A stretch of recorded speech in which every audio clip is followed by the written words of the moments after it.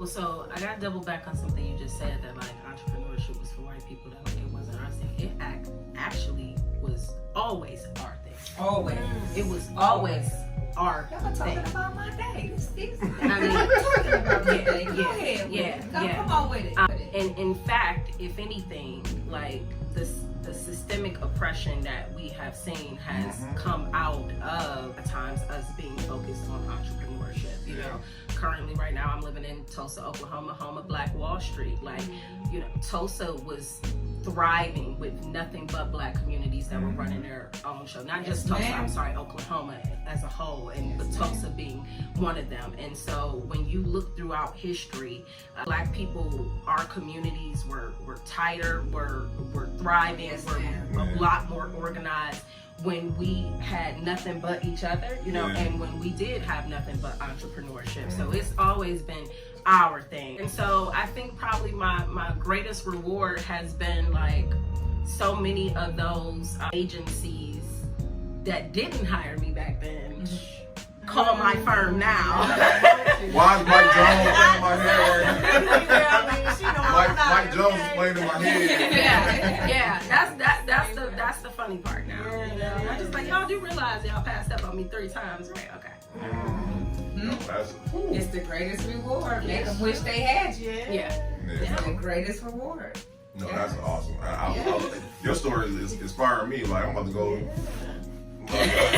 Y'all tripping. Y'all hiring? I love that you stuck to Your car with the best fresh ever. Febreze Car fills your ride with sensational scents that will blow your mind. Plus, it stays fresh for over a month. Find your Febreze Car. So, and there's another question I'd like to ask everybody. Legacy.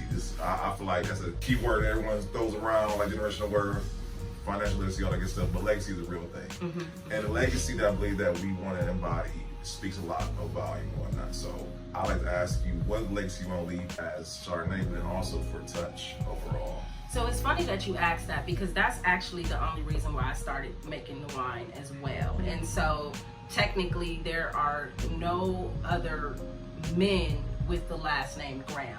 It ends with me. Like, you know, kind of the same thing. And so even for my family, I've been like, what can I do to create a legacy for my family, even though I don't have children yet. The goal of me even doing the wine is to literally establish that legacy for my family in honor of my name, and hopefully again my brother does have a son, but if not, in honor of my father too.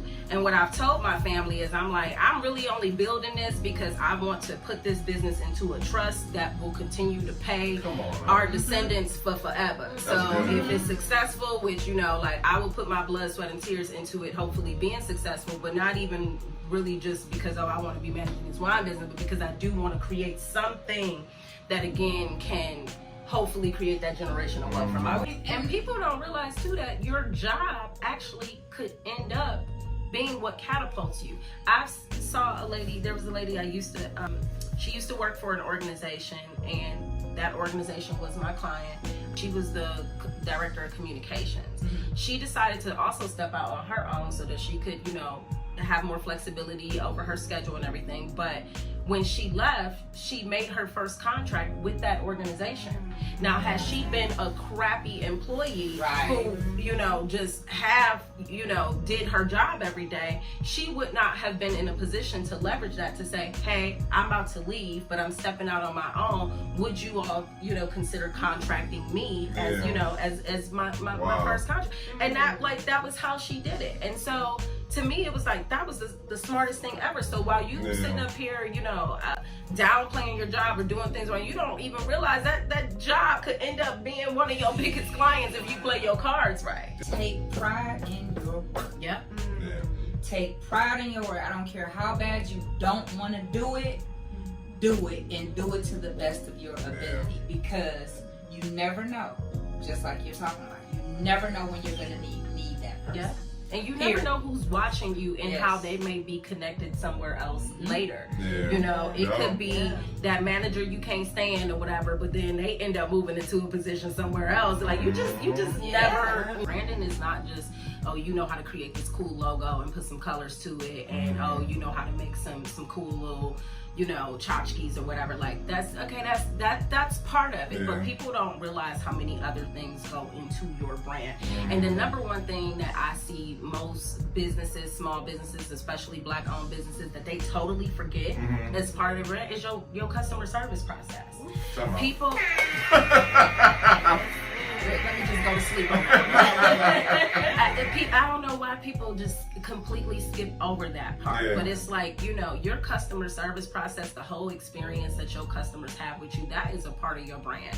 And so if that part like is lacking, then you might be able to cause hype, and you might be able to get 100 people to come to your party or whatever, but if they have a crappy time, they're not coming back. And you know, we all know it costs way more to get a new customer than it does to keep one. And so most people completely fail at retention, completely fail at the customer service process.